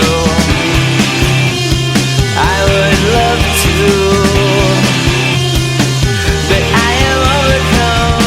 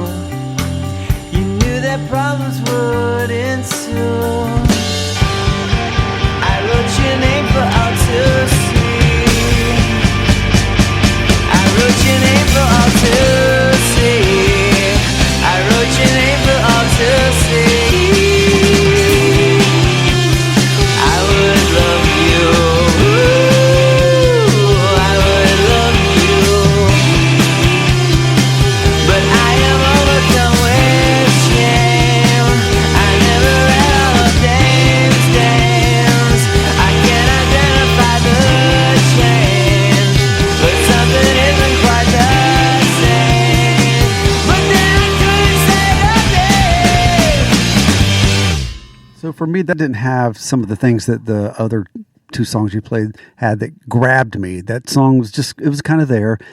Hated it. But considering that in this period of time, the 95-ish, grunge had softened or gone away, the heavy stuff. Yeah. STP was around, but they were doing stuff like Sour Girl instead of Sex type thing. So they had softened a little bit. And then, you know, I don't think Alice in Chains was doing too much in 95. No, they were almost done. Almost done. So we had that shift to more alternative versus grunge where this could have fit in. But this particular song, I could see where it's good, but it's not, there's nothing that grabs me. That really stands out on this one. Okay. Got it. This is definitely them turning into, from where they were, into more of a power pop band. Yeah, in between period. Yeah. So again, it's an album. You kind of have to listen to the whole album. I think it's a grower if you were to go back and listen to it, but not a shower. Exactly right. But I hear what you're saying. You dick. I probably could have chosen one of the singles, but you know, I like, for some reason, this song Not everyone's going to hit. Yeah. So then we go to 95 proper. So even though I picked this up in 95, the band, while I'm scooping this up and listening to it and thinking it's pretty cool, and still nobody knows who this band is but me, in their home country, even though they did well, they have pretty much considered themselves now broken up because they got dropped by Geffen. And I read two contradictory stories. One story was that Geffen wanted nothing to do with them. Another one was Geffen wanted to keep them on, but they wanted them to change back to what they were. And SLOAN said no. So I'm not sure which is the truth because both stories are out there. But in any case, they basically said, you know, we might as well just break up because we don't have our record deal anymore. Even if they hadn't been dropped officially, they were in limbo. They knew they weren't going anywhere with that situation. So they didn't see a path forward, no matter what. And then they remembered or realized that, you know, they looked at the books for Murder Records, which is a record label that they all co-own, and realized that while they've been putting out local Halifax bands along with their own material, they're in the red. And so they need something, if they're going to continue at all, and if they're going to keep Murder Records going, they need something out there to sell to help kind of bring that back out of the red. So in 96, they put together an album, and they were just considering it to be a one-off. And it's called One Chord to Another, and they only released it in Canada, and they put it on Murder Records. Ended up having 3 hit singles in Canada, and it would go on to sell over 80,000 copies. And this was on their own label. This was on their own label. So 3 hit singles on their own label. On their own label. The most copies of a single album they've ever sold, of any other album they've ever put out. It's become one of the best-selling albums in Canada. They were all buying new instruments after that. And then they won a Juno Award in 97 for Best Alternative Album with this album that they just put out there to get them out of the red. Getting a new band van.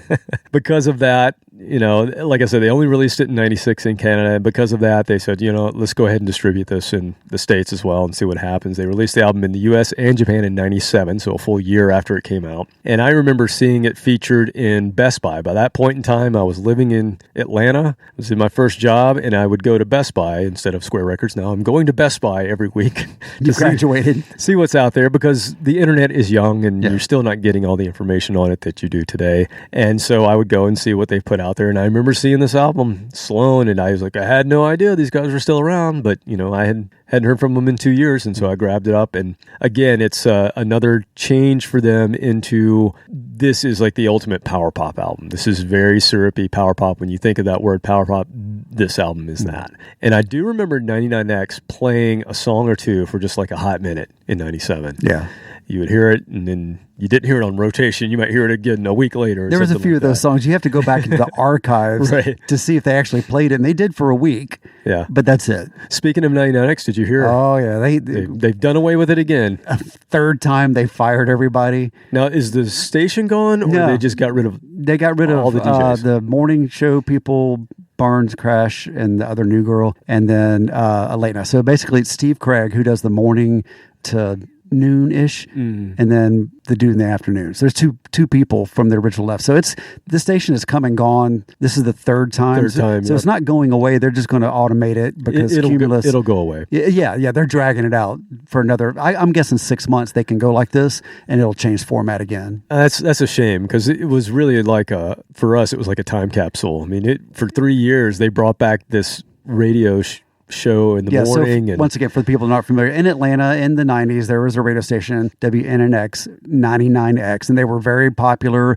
They broke several bands. They were very influential in the Southeast, and they had a list of talent DJs, and then they brought the name back in the mid 2000s as aggro rock or I didn't think they came back. I thought they just transitioned to once new metal hit, they transitioned to more and then they brought it new back, metal alternative. Yeah, but then brought it back in name only, same thing, kind of crappy music, and then they brought it back like the everything original with the 90s. 3 years ago. Yeah, 3 years ago. With almost all of the original DJs came back, which was kind of cool. They were all in their 50s, 60s. Yeah, I mean, Leslie Fram is a pretty influential person in the music industry. She runs country music television and ran some other things. In Nashville, In Nashville. She came back. Yeah, so she was doing it over the internet, and so anyway, it sounded just like it did in the 90s with the same DJs playing the same music. So in the mornings when I would go to work or get in my truck, which that's what I was doing in the 90s, was getting in a truck, going to work. It really was a time capsule. Yeah, so for a while, it was really cool.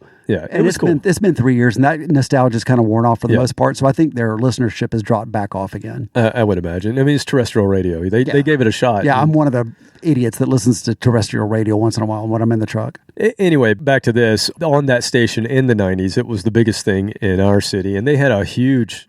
I can't remember what their coverage was, but they had a huge coverage back then. Metro the Atlanta. Southeast. It was big. It was repeated. And it was back then before the internet. You would go to work or go to this, and people would talk about what happened on the radio, what they were playing on the radio. Yeah, because there was no internet radio. Right. So when you got together with your friends, like, oh my God, did you hear this morning they did this or they did that? So that was kind of the social gathering with your friends before the internet. Right. Destroyed everything. And that radio station did play a little bit of this album, but again, it was nothing that stuck or that probably anybody remembers other than me. One of the Sunday night shows, like, hey, got a new song from this new band, SLOAN. Here's something from a band from Canada that we'll never play again. Coming up next. So if the second album was them kind of figuring out some classic rock vibes, this is them going all the way into power pop. So take all the late 70s, early 80s influences that they were probably listening to and put it into 1996, and that's what this is. Yet another Chris Murphy written song that he's singing, because again, I didn't do it on purpose, but when I picked the songs, I just picked the ones that I remember really liking a lot. And so far, we've got 4 in a row with Chris Murphy singing. So this one's called G Turns to D, from one chord to another, 1996.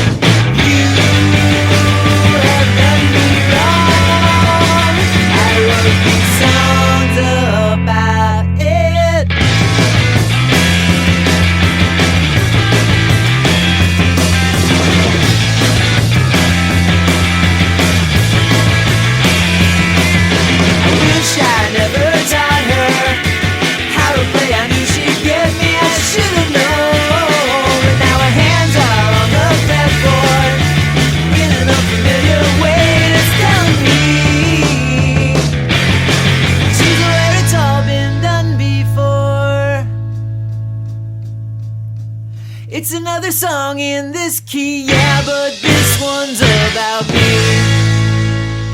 I may not want to hear the words too deep, but if you take what you're shown, learn on your own, everything you do belongs to you, but know that you are on your own, on your own,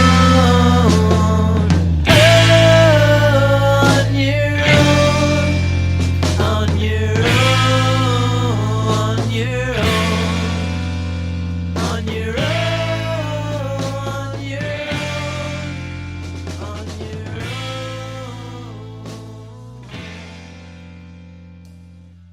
Well, you said the previous album had been more of a Beatles influence, but that was 100% Beatles right there. Oh yeah. Very much. Definitely, but it's like that. Definitely power pop. Yeah. It is. I Taking think the more Beatles. distorted and heavier when I think power pop, but you're right. This still qualifies as power pop, but that's the Beatles. Yeah, I think of Cheap Trick. It's a great example of a power pop band. Later in the 70s. Heavily Beatles influence. Yeah. But they had bright sounding songs, but they still had an edge. And that's kind of, to me, that's what SLOAN are doing here. I like it. Yeah, this if there's an album that an American knows by SLOAN, it's probably this one, because it did get some exposure and because it did so well in Canada that they did try to promote it a little bit in the States, but it was them on their own. So it wasn't like they had another label that they distributed it through. Yeah. But it was still an independent release. But picture that right next to Oasis, which came out right about the same time. Yeah. Which power pop in a different way, but still much more produced. But there's this heavier power pop than this. Yeah, absolutely. And we're going to get into a heavier album next. So in '98, I knew that. See, I was look at the transition. That telepathy between you and I, right there. Knew. Bam. You got the memo. In '98, they released their fourth album on Murder Records. So they're just doing the independent artist thing now. And this is, without a doubt, their fuzziest kind of classic 70s hard rock sounding. So think Cheap Trick, think late era Beatles, like the early 70s Beatles stuff. And then obviously a little bit, you hear some hooks in here and you're like, I think these guys like that band. You know the one I'm talking about. Yes. Yeah, there's a little Kiss connection in here. I think that's a third. 2.5. Actually. Yeah, well, 2.5. We didn't acknowledge the first one, so it's 2.5. Yeah, we won't go to 3 because then we have a problem. No. So we'll just keep it here. A KK half. KK half. Yeah. Yes. All right. We played the most popular song in their entire catalog from this album on episode 74. That was our very first power pop episode that we did. Back when we were just young podcasters, so young, so we didn't naive. We didn't have a wrinkle under our eyes. No, there was none. None at all. None. We both weighed 250 pounds, and we've lost so much weight since. No, that's not the case. No, I know. Well, it got close.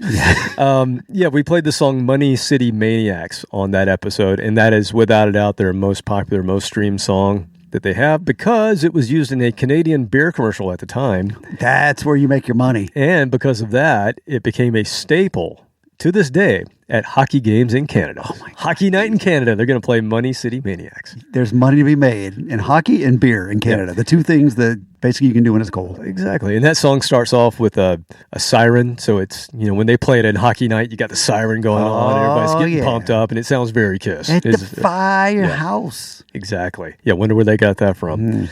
Exactly. So I'm not going to play that song because we've already played it. So this is a different one, but this is another gold album in their home country. It was nominated for Best Rock Album at the 1999 Juno Awards. They did not win that, but they got nominated. I picked this up on release day in April of 98, and I was probably rocking this when we met. I would have to think that had to be around then. Is 1998? That April, spring of 98? Is that when we met? Somewhere around there? Yeah, I moved into that, or I bought the townhome. I'd have to go back and look at records if I had them of the closing date, but it probably was somewhere around then. I was thinking somewhere around there. And then I was thinking, I'm surprised that I didn't introduce you to this because we started talking music, and I would have introduced me to enough bands. You shouldn't have to apologize. Well, this would have been current at the time, though. Is within my playlist. Contemporary. This would have been in my car. This would have been something I would have been talking about. This is from 10 years ago, 20 years ago. Oh, no, this is from today. So I'm surprised that I did not introduce you to this album, but oh well. Here, I'm going to do it now. Okay. How about that? It's not too late. The name of the album is Navy Blues. I would say if you're one of our listeners and you're more so into the harder edge stuff that we do, this might be the album that you want to check out of this band first. It's called Navy Blues. 98 is when it came out. I'm going to play the opening track, another single from the record, and also another Chris Murphy song. I didn't do this on purpose, but I'm giving you the same guy singing every time. I will mix it up from here out. Okay. So here we go. This is She Says What She Means.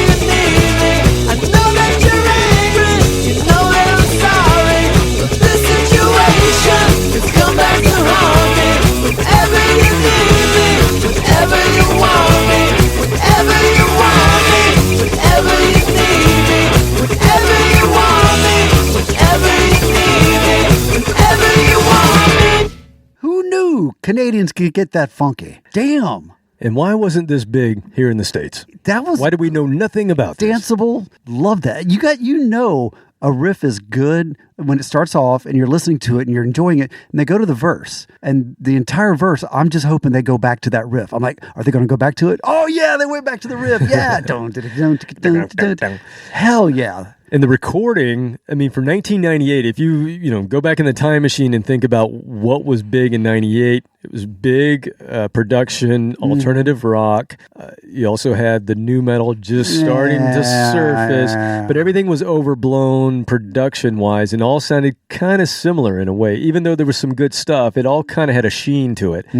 This sounds nothing like that. In fact, this sounds like 1975's Kiss Dressed to Kill. It sounds like it was recorded bizarre how many coincidences it had with Kiss. Oh, it sounds like a Kiss recorded album. Those 3 Kisses. So we're at 5. Oh, there we go. 5 Kiss. Okay, we skipped right over the bad Connections. Yes, we've had 5. But 4, 5. Yeah, I didn't want to say it, but I figured that would come up in conversation. But yeah, the groove, kind of the picturing them wearing platform boots while they were recording that. Well, I haven't mentioned that, but from a style perspective, as far as how this band looked, they looked like they were straight out of 1977. That's the way they dressed. They lived it then. Yeah. I mean, that makes me like them even more. Yeah, they were like hipster cool before that was a thing. Yeah. You know, now they'd be considered, they're just trying to be kind of hipster chic. But right.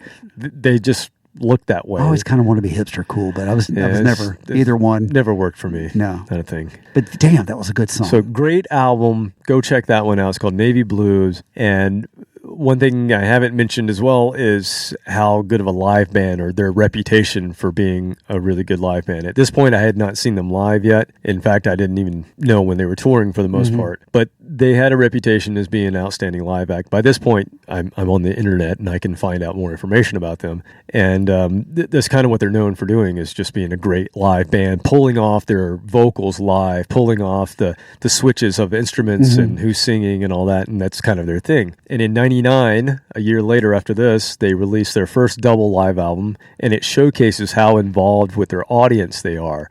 That I didn't know until I heard the live album, and it's like I'm listening to, going back to Cheap Trick, if you listen to the Budokan album where the Chinese girls... What the hell you say?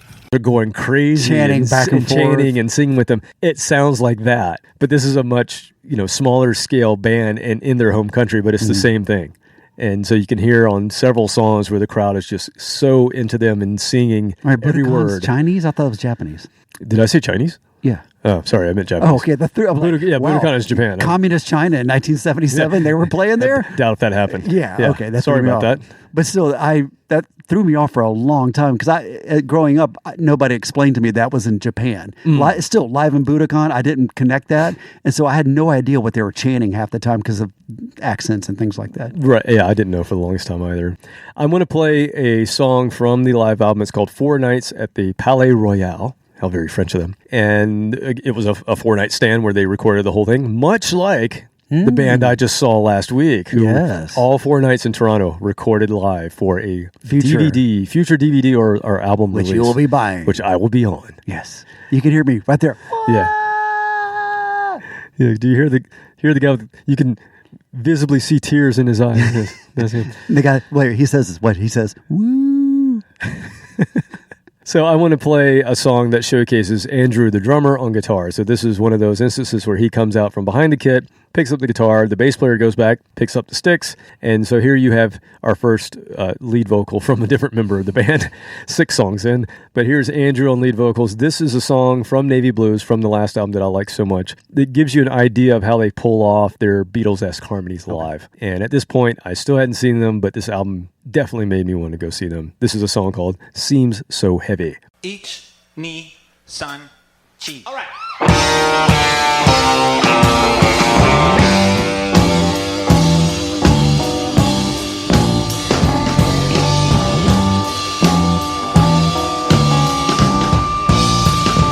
There's an aircraft somewhere down by the river. The thing ran underground and was completely soundless until we cut it down to size, and then we galvanized it. And I stare into the sky.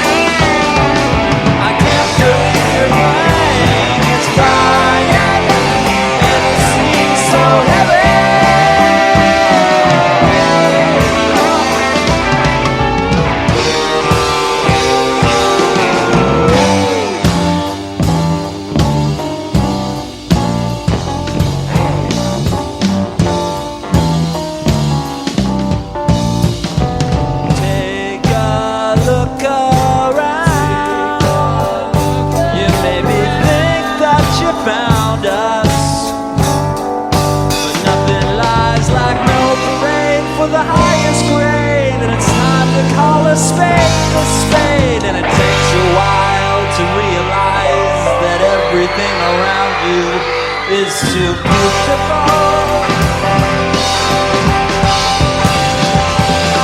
She keeps me out of telling lies and understands that giving personality is what she's done for me.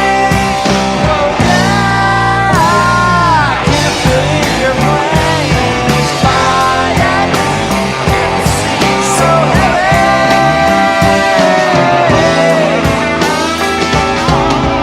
Watching from below, I'm reminded that my gun is ready.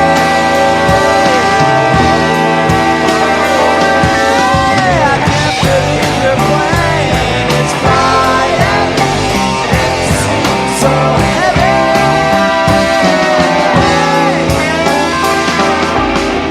Watching from below, I'm reminded that my gun is ready.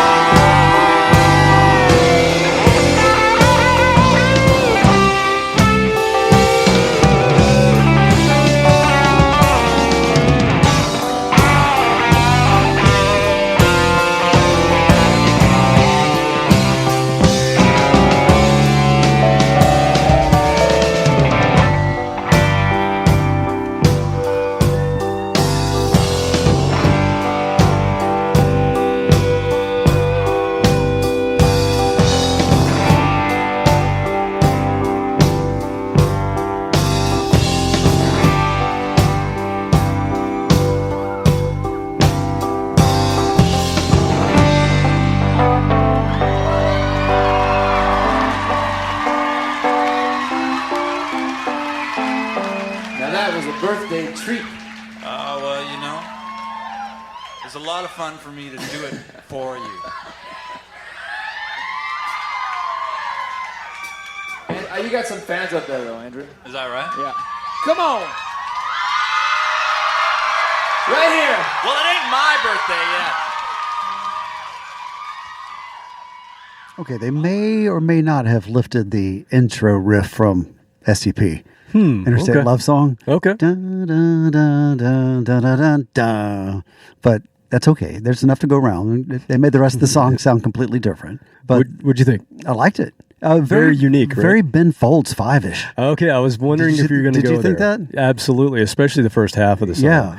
And because they're playing the Wurlitzer, it gives it Ben Folds touch. In His 1999, we were discovering Ben Folds. Yeah. I believe it was around the same time. And wow, what a live band that was. They were fun. Oh my God. Ben Folds 5 was great. Three guys putting on no guitar. No guitar. But heavy as hell. Yeah. Distorted bass.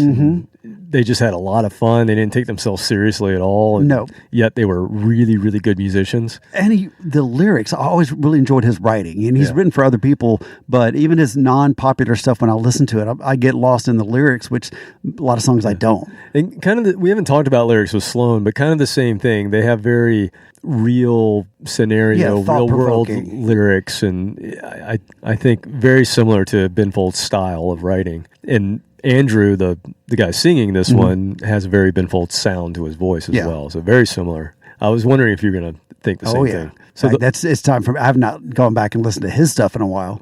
Yeah, and I bet he's kind of polarizing. I think a lot of people write him off because of one, he's kind of goofy, but two, because there was no guitar, and three, because he had a huge ballad hit. Oh God, yeah, and that's what people know of. Yeah, but if you've never listened to Ben Folds 5, the first two albums, you should go listen. It's the similar to the song about the baby dying. Yeah, that one. Another song about abortion. A song about abortion, that having to drive your girlfriend to get abortion. You're like, oh yeah, we're going to just sit around the campfire and sing that one. It is a great song. It is a good song. My God, is it depressing? Yes, it's horribly depressing.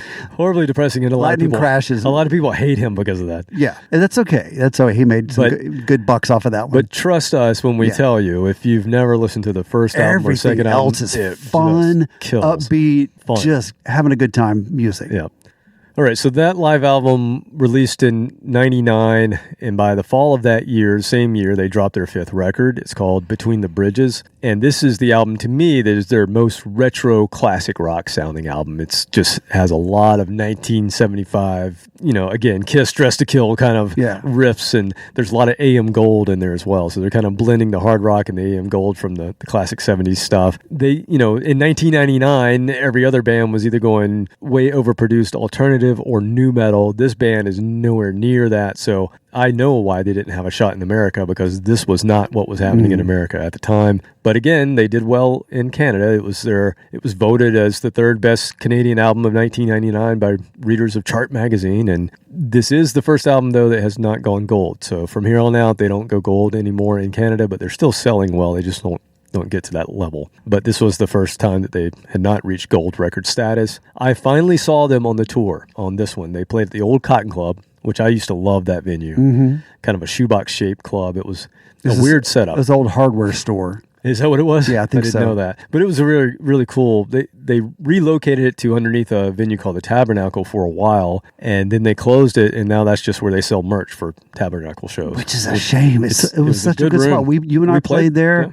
Had a great time. The sound was great. It was perfect size room for us. Yeah. I mean, it was a bigger Cotton Club when it was there, but it didn't have the same appeal as the original. No, the Cotton original Club was the to me. best. But anyway, that's where I saw this band for the first time in 99, and I ran into some college buddies who I hadn't seen since my days in Clemson in South Carolina, and they were obviously rolling. They were like lovey-dovey on X, just giggling and smiling and having a good old time, and I'm like, everything I said to them, it was like an inside joke, and I didn't know what they were.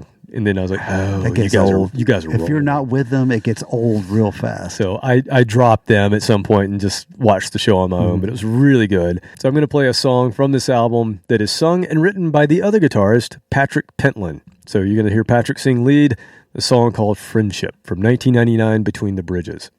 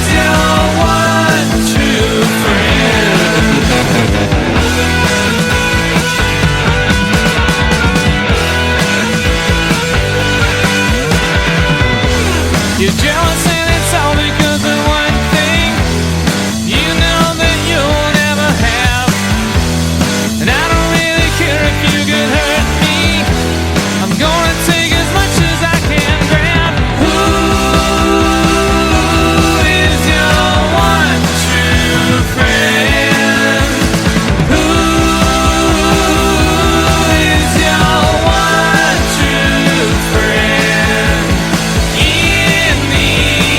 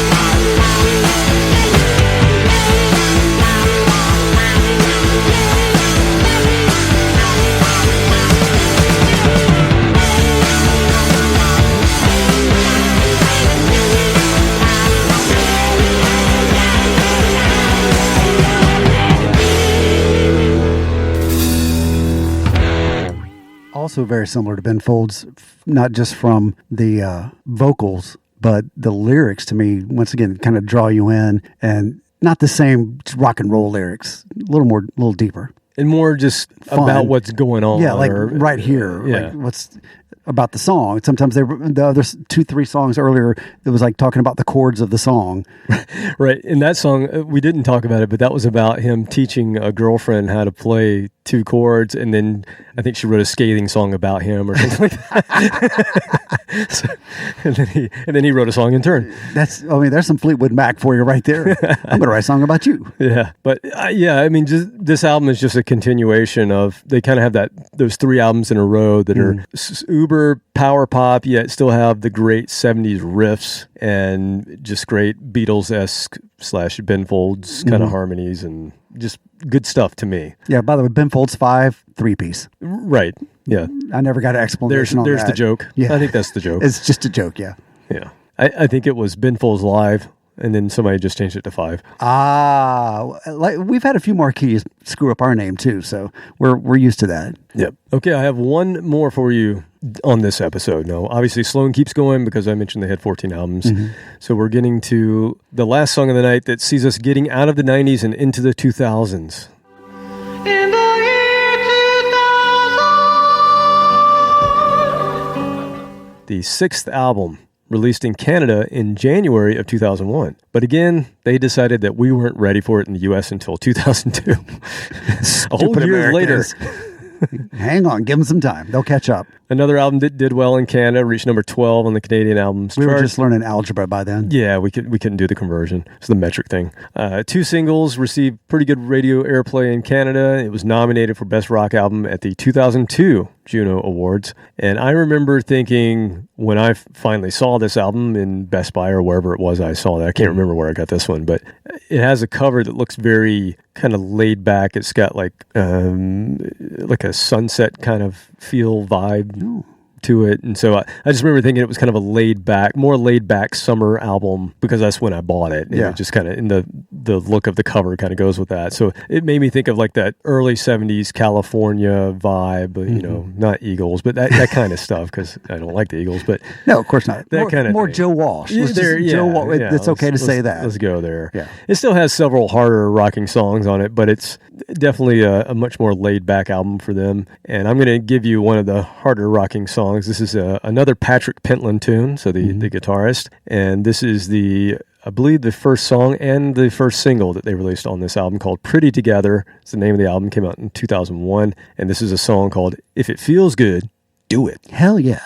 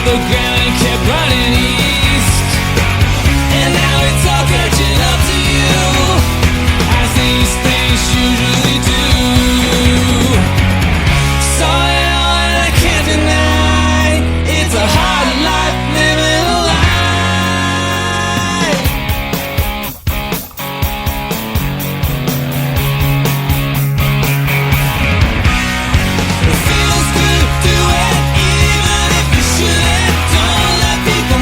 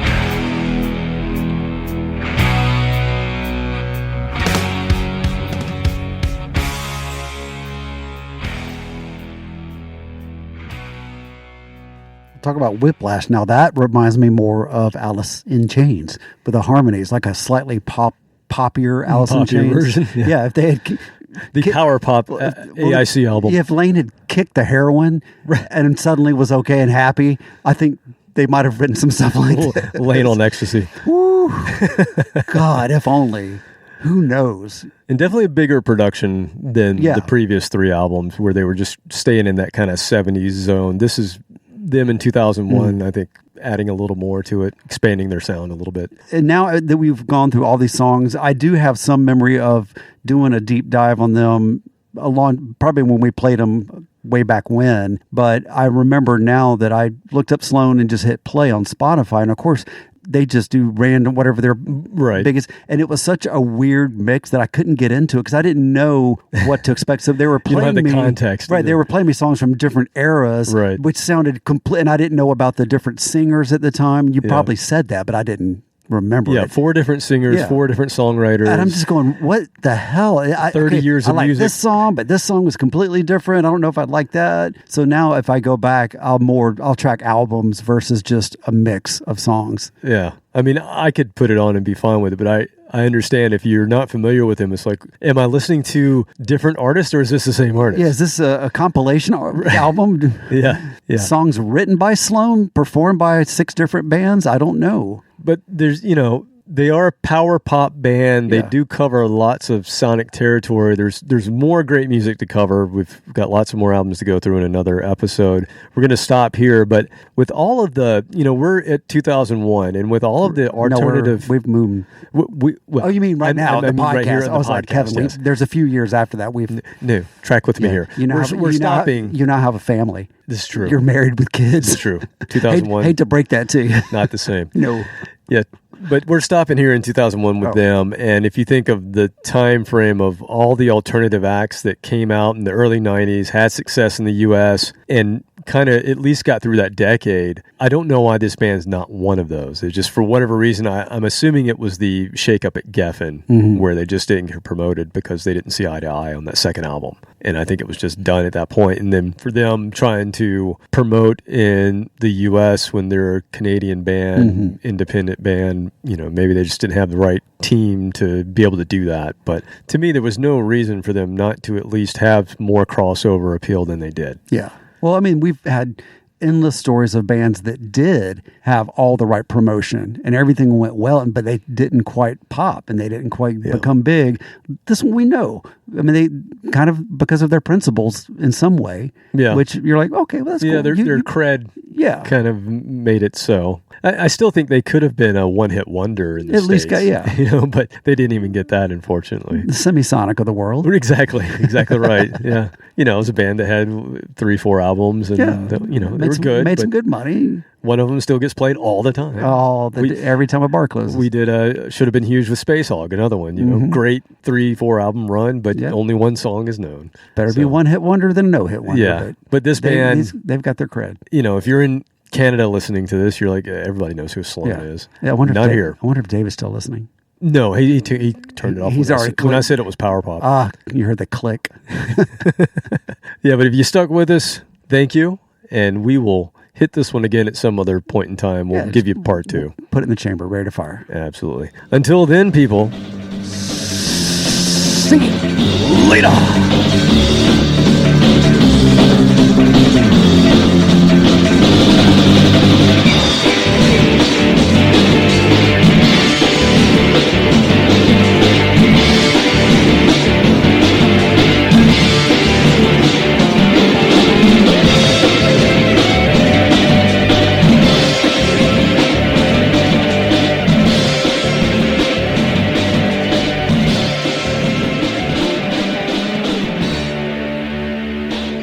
So I hear you're from Canada.